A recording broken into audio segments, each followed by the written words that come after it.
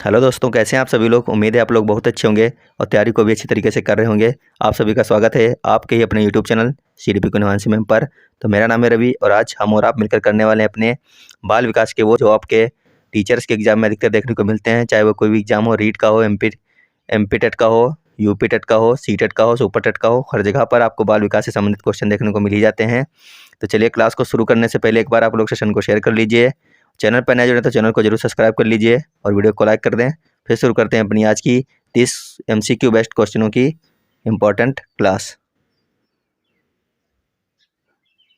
पहला क्वेश्चन है, सर्वप्रथम मनोविज्ञान को किस विषय के अध्ययनकर्ता के रूप में स्वीकार किया गया। अच्छा क्वेश्चन है, तो एक बार आप लोग बताइए इसको। सर्वप्रथम मनोविज्ञान को किस विषय के अध्ययनकर्ता के रूप में स्वीकार किया गया था। पहला ऑप्शन है मन, दूसरा जो ऑप्शन है वह आत्मा, तीसरा ऑप्शन है चेतना, चौथा ऑप्शन है व्यवहार। तो इस क्वेश्चन का सही आंसर क्या होगा, सभी लोग बताइए एक बार। सर्वप्रथम मनोविज्ञान को किस विषय के अध्ययनकर्ता के रूप में स्वीकार किया गया था, तो इसका हो जाएगा ऑप्शन नंबर बी, आत्मा। क्या हो जाएगा, आत्मा हो जाएगा ऑप्शन नंबर बी। अगला क्वेश्चन है, निम्न में से कौन सा मूल्यांकन के त्रिकोण का भाग नहीं है। मूल्यांकन के त्रिकोण का भाग नहीं पूछा गया है, कौन सा नहीं है। तो ऑप्शन देख लेते हैं। पहला ऑप्शन है शैक्षिक उद्देश्य, दूसरा ऑप्शन है मूल्यांकन, तीसरा ऑप्शन है शिक्षण अनुभव, चौथा ऑप्शन है अधिगम अनुभव। तो इसका जो सही आंसर है वह हो जाएगा ऑप्शन नंबर सी। क्या हो जाएगा, मूल्यांकन के त्रिकोण का भाग जो नहीं है वह है शिक्षण अनुभव। शिक्षण अनुभव यही नहीं होगा। देखते हैं अगला क्वेश्चन। क्वेश्चन है, निम्न में से कौन सी समस्या शिक्षा मनोविज्ञान के क्षेत्र में आती है। आपको बताना है, ये चार ऑप्शन दिए गए, इनमें से ऐसी कौन सी समस्या है जो शिक्षा मनोविज्ञान के अंतर्गत यानी क्षेत्र में आती है। पहला ऑप्शन है शिक्षकों की अनुपस्थिति, दूसरा ऑप्शन है विद्यालयों में बच्चों का कम नामांकन, तीसरा ऑप्शन है शिक्षा का गिरता स्तर, जबकि चौथा ऑप्शन है शैक्षणिक पिछड़ापन। तो जो समस्या आती है शिक्षा मनोविज्ञान के क्षेत्र में वो आती है शैक्षणिक पिछड़ापन की आती है। शैक्षणिक पिछड़ापन यानी ऑप्शन नंबर डी इसका बिल्कुल सही आंसर हो जाएगा, शैक्षणिक पिछड़ापन। देखते हैं अगला क्वेश्चन। क्वेश्चन है, थार्नडाइक के व्यक्तित्व के वर्गीकरण का आधार क्या है, सभी को बताना है। थार्नडाइक के व्यक्तित्व के वर्गीकरण का आधार है। पहला ऑप्शन है शारीरिक गठन और शक्ल सूरत, दूसरा ऑप्शन है रचनात्मक और मौलिकता, तीसरा ऑप्शन है समायोजन और बुद्धि, चौथा ऑप्शन है चिंतन और कल्पना। इतने सारे हम लोग क्वेश्चन कर लेंगे अपने CDP के यानी कि बाल विकास के, कि एग्जाम में चाहे कहीं से भी क्वेश्चन बन के आए आपका जरूर पढ़ा हुआ क्वेश्चन आएगा। लगभग 1500 से 2000 क्वेश्चन हम लोग करने वाले हैं और क्वेश्चन सारे के सारे वो रहेंगे जो हर बार एग्जामों में पूछे जाते हैं। कोई नया क्वेश्चन नहीं है, क्योंकि एग्जाम में वही क्वेश्चन अधिकतर आते हैं जो एग्जामों में लगातार ट्रेंडिंग रहते हैं। तो आप लोग यहाँ पर हर प्रकार का क्वेश्चन कर सकते हैं प्रैक्टिस क्लासों में। इसका सही आंसर हो जाएगा ऑप्शन नंबर डी। क्या हो जाएगा, चिंतन और कल्पना हो जाएगा ऑप्शन नंबर डी। अगला क्वेश्चन है, शिक्षा के प्रति मनोविज्ञान का सबसे महत्वपूर्ण योगदान निम्न में से कौन सा है। शिक्षा के प्रति मनोविज्ञान का सबसे महत्वपूर्ण योगदान आपको बताना है, इन चारों में से कौन सा है। पहला ऑप्शन है शिक्षा के महत्वपूर्ण लक्ष्यों का पता लगाना, दूसरा ऑप्शन है व्यक्तिगत गुणों के आधार पर शिक्षार्थियों का विभाजन, तीसरा ऑप्शन है मानव व्यवहार का ज्ञान प्रदान करना, जबकि चौथा ऑप्शन है अध्यापक द्वारा उचित शिक्षण विधियों को अपनाने यानी कि सहायक होना। तो इसका जो सही आंसर हो जाएगा आप लोगों को बताना है, तो सभी लोग आंसर कर दीजिए एक बार इसका। इसका सही आंसर हो जाएगा ऑप्शन नंबर डी। क्या हो जाएगा, ऑप्शन नंबर डी सही है, अध्यापक के द्वारा उचित शिक्षण विधियों को अपनाने में सहायक होना, ऑप्शन नंबर डी सही है। अगला क्वेश्चन है, निम्न में से कौन सा अधिगमकर्ता को अधिक स्वतंत्रता देता है। पहला ऑप्शन है संरचनावाद, दूसरा ऑप्शन है क्रियाशीलतावाद, जबकि तीसरा ऑप्शन है व्यवहारवाद और चौथा ऑप्शन है सृजनशीलतावाद। तो इस क्वेश्चन का जो सही आंसर है वो हो जाएगा ऑप्शन नंबर डी। क्या हो जाएगा, सृजनशीलतावाद। इसका सही आंसर हो जाएगा ऑप्शन नंबर डी, सृजनशीलतावाद। अगला क्वेश्चन है, निम्न में से कौन से विचारक के अनुसार शिक्षा व्यक्ति की भीतरी शक्तियों को उभारने की प्रक्रिया है। शिक्षा व्यक्ति की भीतरी शक्तियों को उभारने की प्रक्रिया है। आपको बताना है कि इनमें से कौन सा विचारक के अनुसार यह है। तो सभी लोग आंसर कर दीजिए एक बार, इसका सही आंसर क्या हो जाएगा।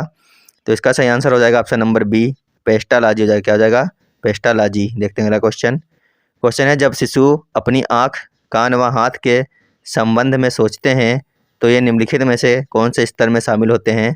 पहला ऑप्शन है मूल संक्रियात्मक स्तर, दूसरा ऑप्शन है पूर्व संक्रियात्मक स्तर, तीसरा ऑप्शन है इंद्रिय जनित स्तर, जबकि चौथा ऑप्शन है अमूर्त संक्रियात्मक स्तर। तो क्वेश्चन नंबर 78 का हो जाएगा ऑप्शन नंबर सी। वो उस समय होते हैं इंद्रिय जनित स्तर में, यानी ऑप्शन नंबर सी बिल्कुल सही होगा, इंद्रिय जनित स्तर। देखते हैं अगला क्वेश्चन।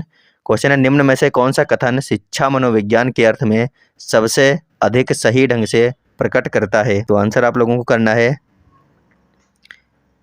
निम्न में से कौन सा कथन शिक्षा मनोविज्ञान के अर्थ को सबसे अधिक सही ढंग से प्रकट करता है। पहला ऑप्शन है यह व्यक्ति के मन के अध्ययन का विज्ञान है। दूसरा ऑप्शन है यह व्यक्ति के अनुभवों का विज्ञान है। तीसरा ऑप्शन है इसका संबंध केवल व्यक्ति की सामाजिक प्रक्रियाओं से है। जबकि चौथा ऑप्शन है यह शिक्षा को मनोवैज्ञानिक आधार प्रदान करता है। तो सभी लोग आंसर करके बताइए इन चारों में से कौन सा आंसर इसका सही होगा। कमेंट बॉक्स में आप लोग बताइएगा 79 का जो है सही आंसर क्या हो जाएगा। साफ साफ आंसर पता भी चल रहा है, लेकिन फिर भी आप लोग बताइए इन चारों में से कौन सा ऑप्शन इसका है। देखते हैं अगला क्वेश्चन।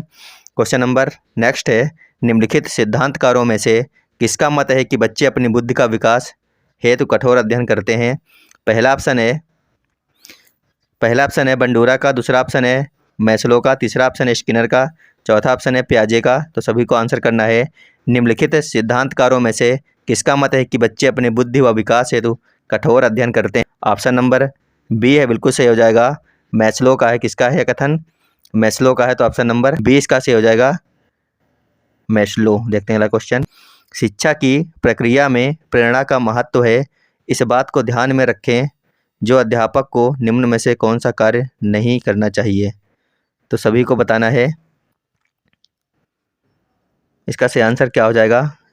पहला ऑप्शन है कार्य के लक्ष्य को स्पष्ट करना। दूसरा ऑप्शन है शिक्षार्थी को सामाजिक कार्यों में भाग लेने अवसर प्रदान करना। तीसरा ऑप्शन है इनामों का प्रलोभन देकर बालकों में प्रतिद्वंद्विता पैदा करना। जबकि चौथा ऑप्शन है बालकों को अपने कार्य में सफल होने का अवसर प्रदान करना। तो क्वेश्चन नंबर 81 का सही आंसर हो जाएगा ऑप्शन नंबर सी। क्या हो जाएगा? इनामों का प्रलोभन देकर बालकों में प्रतिद्वंद्विता पैदा करना। देखते हैं अगला क्वेश्चन। क्वेश्चन है शैशवावस्था के लिए उत्तम शिक्षण विधि है। इन चारों में से ऐसी कौन सी विधि है जो शैशवावस्था के लिए सबसे उत्तम विधि है। पहला ऑप्शन है मॉन्टेसरी विधि। दूसरा ऑप्शन है खेल विधि। तीसरा ऑप्शन है किंडरगार्टन विधि। और जबकि चौथा ऑप्शन है उपर्युक्त सभी। तो सबसे सही विधि इनमें से जो हो जाएगी, काफ़ी आसान क्वेश्चन था, वो हो जाएंगे ये सभी की सभी। ऑप्शन नंबर डी इसका सही आंसर है। देखते हैं अगला क्वेश्चन। क्वेश्चन है तुम मुझे कोई बालक दे दो और मैं उसे कुछ भी बना सकता हूँ। यह दावा किसका था? मैकडूगल का था, कोहलर का था, वाटसन का था या फिर पावलाव का था। तो इसका जो सही आंसर हो जाएगा वो हो जाएगा ऑप्शन नंबर सी। यह वादा था वाटसन का। किसका था? वाटसन का था। देखते हैं अगला क्वेश्चन। क्वेश्चन है प्रगतिशील परिवारों में बच्चों में अपेक्षाकृत कौन सा प्रेरक अधिक प्रबल होता है। पहला ऑप्शन है संबंधन। दूसरा है जिज्ञासा। तीसरा है आक्रामकता। चौथा ऑप्शन है उपलब्धि। तो क्वेश्चन नंबर 84 का सही आंसर हो जाएगा ऑप्शन नंबर डी। प्रगतिशील परिवारों में बच्चों में अपेक्षाकृत प्रेरक अधिक प्रबल होता है, वो होता है उपलब्धि का। कौन सा होता है? उपलब्धि का। देखते हैं अगला क्वेश्चन। क्वेश्चन है निम्न में से कौन सा क्षेत्र मनोविज्ञान के अंतर्गत नहीं आता। पहला ऑप्शन है असामान्य मनोविज्ञान। दूसरा ऑप्शन है औद्योगिक मनोविज्ञान। तीसरा ऑप्शन है आर्थिक मनोविज्ञान। चौथा ऑप्शन है खेल मनोविज्ञान। तो इन चारों में से जो मनोविज्ञान के अंतर्गत नहीं आता है आपको वो बताना था। तो इसका सही आंसर हो जाएगा ऑप्शन नंबर सी। इसका ऑप्शन आर्थिक मनोविज्ञान जो है मनोविज्ञान के अंतर्गत नहीं आता है, तो सी बिल्कुल सही हो जाएगा। देखते हैं अगला क्वेश्चन। क्वेश्चन है बाल विकास में पहला ऑप्शन है प्रक्रिया पर बल है। दूसरा ऑप्शन है वातावरण और अनुभव की भूमिका पर बल है। तीसरा ऑप्शन है गर्भावस्था से किशोरावस्था तक का अध्ययन होता है। चौथा ऑप्शन है उपर्युक्त सभी। तो इस क्वेश्चन का सही आंसर हो जाएगा ऑप्शन नंबर सी। बाल विकास में गर्भावस्था से किशोरा अवस्था तक का अध्ययन होता है। तो ऑप्शन नंबर सी बिल्कुल सही हो जाएगा। देखते हैं अगला क्वेश्चन। क्वेश्चन है निम्न में से कौन मनोवैज्ञानिक नहीं है, आपको बताना है। इन चारों में से कौन एक मनोवैज्ञानिक नहीं है। जॉन डीवी, वाटसन, CH हल या फिर स्किनर। तो इसका जो सही आंसर है वो हो जाएगा option number A. John Dewey इसमें मनोवैज्ञानिक नहीं है, तो ऑप्शन नंबर ए बिल्कुल सही होगा, जॉन डीवी। देखते हैं अगला क्वेश्चन है एक औसत बुद्धि वाला बच्चा यदि भाषा को पढ़ने एवं समझने में कठिनाई प्रदर्शित करता है तो यह संकेत देता है कि बच्चा ... का लक्षण प्रदर्शित कर रहा है। तो इस क्वेश्चन का सही आंसर हो जाएगा ऑप्शन नंबर ए।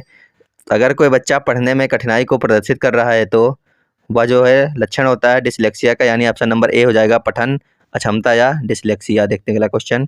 क्वेश्चन है निम्न में से शिक्षा मनोविज्ञान किसमें उपयोगी नहीं है। शिक्षा मनोविज्ञान किसमें उपयोगी नहीं है।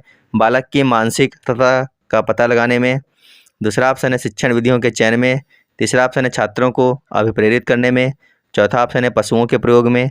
तो शिक्षा मनोविज्ञान जहाँ पर उपयोगी नहीं है वह हो जाएगा ऑप्शन नंबर डी। पशुओं के प्रयोग में शिक्षा मनोविज्ञान का कोई उपयोग नहीं है, तो इसका ऑप्शन नंबर डी बिल्कुल सही हो जाएगा। देखते हैं अगला क्वेश्चन। क्वेश्चन है सामूहिक अचेतन का संप्रत्यय ... द्वारा दिया जाता है। सामूहिक अचेतन का संप्रत्यय किसके द्वारा दिया जाता है? पावलोव के द्वारा, स्किनर के द्वारा, फ्रायड के द्वारा या फिर युंग के द्वारा? तो इस क्वेश्चन का सही आंसर हो जाएगा ऑप्शन नंबर डी। यह दिया जाता है युंग के द्वारा। किसके द्वारा? युंग। इसका बिल्कुल सही आंसर हो जाएगा ऑप्शन नंबर डी। देखते हैं अगला क्वेश्चन। क्वेश्चन है, इनमें से कौन सा विकास का एक सिद्धांत नहीं है? विकास का सिद्धांत कौन सा नहीं पूछा गया है, तो सभी लोग बताइए एक बार। पहला ऑप्शन है विकास संशोधन योग्य होता है। दूसरा ऑप्शन है विकास केवल संस्कृति से शासित और निर्धारित होता है। तीसरा ऑप्शन है विकास जीवन पर्यंत होता है। जबकि चौथा ऑप्शन है विकास वंशानुक्रम और पर्यावरण दोनों से प्रभावित होता है। तो इस क्वेश्चन का सही आंसर हो जाएगा ऑप्शन नंबर डी, विकास वंशानुक्रम और पर्यावरण दोनों से ही प्रभावित होता है। तो ऑप्शन नंबर डी बिल्कुल सही आंसर हो जाएगा इसका। अगला क्वेश्चन है, शिक्षा मनोविज्ञान का संबंध है शिक्षक से, शिक्षण से, कक्षा कक्ष वातावरण से या फिर विद्यार्थी से? तो बहुत ही अच्छा क्वेश्चन है, सभी लोग आंसर करेंगे एक बार। शिक्षा मनोविज्ञान का संबंध किससे होता है? इन चारों में से सभी लोग बताइए। तो शिक्षा मनोविज्ञान का संबंध शिक्षक, शिक्षण, कक्षा कक्ष वातावरण और विद्यार्थी, यानी ऑप्शन नंबर इसका ई बिल्कुल सही होगा। इन चारों से ही होता है। तो ऑप्शन नंबर ई इसका बिल्कुल सही आंसर हो जाएगा। अगला क्वेश्चन है, एक प्रभावशाली अध्यापिका होने के लिए यह महत्वपूर्ण है। पहला ऑप्शन है, सभी लोग बताइए कि अगर एक प्रभावशाली अध्यापिका बनना है तो क्या महत्वपूर्ण होगा? पहला ऑप्शन है पुस्तक से उत्तरों को लिखाने पर बल देना। दूसरा ऑप्शन है समूह गतिविधि के बजाय व्यक्तिगत अधिगम पर ध्यान देना। तीसरा ऑप्शन है विद्यार्थियों के द्वारा प्रश्न पूछने के कारण उत्पन्न व्यवधान की अनदेखी करना। चौथा ऑप्शन है प्रत्येक बच्चे के संपर्क में रहना। तो इस क्वेश्चन का सही आंसर हो जाएगा ऑप्शन नंबर डी। क्या होगा? प्रत्येक बच्चे के संपर्क में रहना बिल्कुल सही आंसर है इसका, ऑप्शन नंबर डी। अगला क्वेश्चन है, शिक्षा के क्षेत्र में व्यवहारवादियों का सबसे बड़ा योगदान है आत्मनिरीक्षण का, वस्तुनिष्ठता का, पाठ्यक्रम का या फिर इन सभी का? तो आंसर करिए। शिक्षा के क्षेत्र में व्यवहारवादियों का सबसे बड़ा योगदान इनमें से क्या हो जाएगा? तो इस क्वेश्चन का ऑप्शन नंबर बी बिल्कुल सही होगा, वस्तुनिष्ठता हो जाएगा ऑप्शन नंबर बी बिल्कुल सही। अगला क्वेश्चन है, अधिगम में डॉट डॉट ने प्रभाव का नियम दिया था। अधिगम में डॉट डॉट ने प्रभाव का नियम दिया था पावलोव, स्किनर, थॉर्नडाइक या फिर वाटसन? तो आंसर करना है आप लोगों को। अधिगम में थॉर्नडाइक ने प्रभाव का नियम दिया था, यानी ऑप्शन नंबर सी बिल्कुल सही होगा, थॉर्नडाइक। देखते हैं अगला क्वेश्चन। क्वेश्चन है, कौन सा युग्म सीखने में पुनर्बलन को महत्वपूर्ण नहीं मानता? इनमें से कौन सा ऐसा युग्म है जो सीखने में पुनर्बलन को महत्वपूर्ण नहीं मानता है? पहला ऑप्शन है स्किनर व हल, दूसरा ऑप्शन है टालमैन व गुथरी, जबकि तीसरा ऑप्शन है हल व गुथरी और चौथा ऑप्शन है सभी। तो इस क्वेश्चन का सही आंसर हो जाएगा ऑप्शन नंबर बी, टालमैन व गुथरी इसका सही आंसर हो जाएगा ऑप्शन नंबर बी। अगला क्वेश्चन है, प्रासंगिक अंतर्बोध परीक्षण का विकास डॉट डॉट द्वारा किया जाता है या किया गया था? प्रासंगिक अंतर्बोध परीक्षण का विकास डॉट डॉट द्वारा किया गया था साइमंड, होल्ट्जमैन या फिर मुर्रे या फिर बेलक? तो इस क्वेश्चन का सही आंसर है वो हो जाएगा ऑप्शन नंबर सी, प्रासंगिक अंतर्बोध परीक्षण का विकास मुर्रे के द्वारा किया गया था। तो ऑप्शन नंबर सी बिल्कुल सही होगा, मुर्रे। देखते हैं अगला क्वेश्चन। क्वेश्चन है, स्किनर के अनुसार बच्चों में भाषा विकास परिणाम होता है। सभी लोग आंसर करेंगे कि स्किनर के अनुसार बच्चों में भाषा विकास किसका परिणाम होता है? पहला ऑप्शन है व्याकरण के प्रशिक्षण का, दूसरा ऑप्शन है अनुकरण व पुनर्बलन का, तीसरा ऑप्शन है अंतर्निहित योग्यताओं का, चौथा ऑप्शन क्या है? परिपक्वता का। तो सभी लोग बताइए इन चारों में से कौन सा ऑप्शन सही होगा? स्किनर के अनुसार बच्चों में भाषा विकास जो परिणाम होता है वह होता है अनुकरण व पुनर्बलन का। तो इसका ऑप्शन नंबर बी बिल्कुल सही होगा, अनुकरण व पुनर्बलन का। अगला क्वेश्चन है, शब्द समान तत्व निम्न से गहन संबंध रखता है। शब्द क्या है? समान तत्व निम्न में से गहन संबंध रखता है। समान परीक्षा प्रश्न या फिर सहयोगियों से ईर्ष्या या फिर अधिगम स्थानांतरण या फिर समूह निर्देशन? शब्द समान तत्व निम्न में से गहन संबंध रखता है, इसका सही आंसर हो जाएगा ऑप्शन नंबर डी, समूह निर्देशन हो जाएगा। क्या होगा? समूह निर्देशन, ऑप्शन नंबर डी बिल्कुल सही आंसर है। तो दोस्तों ये थी आज की हमारी आप लोगों के लिए 30 क्वेश्चनों की प्रैक्टिस क्लास, जिसमें हमने MCQ बेस्ड 30 क्वेश्चंस किए हैं। अगर क्लास अच्छी लगी हो तो वीडियो को जरूर लाइक करिएगा, चैनल पर नए हैं तो चैनल को सब्सक्राइब कर लीजिए और इस क्लास को अपने सभी साथियों को जरूर भेज दीजिए। अगर आपको एग्जाम निकालना है तो कंपटीशन बहुत हाई लेवल की हो चुकी है, नियमित रूप से तैयारी को करते रहिए और लगातार हमारे साथ में बने रहिए, क्योंकि हम आपके लोगों के लिए लगातार सीरीज चला रहे हैं। प्रतिज्ञा जो सीरीज चल रही है, सुपर टेट हो या फिर MP टेट हो, कोई भी एग्जाम हो टीचर का, सबके लिए उपयोगी रहने वाली यह सीरीज है। तो अभी के लिए धन्यवाद, बाय बाय।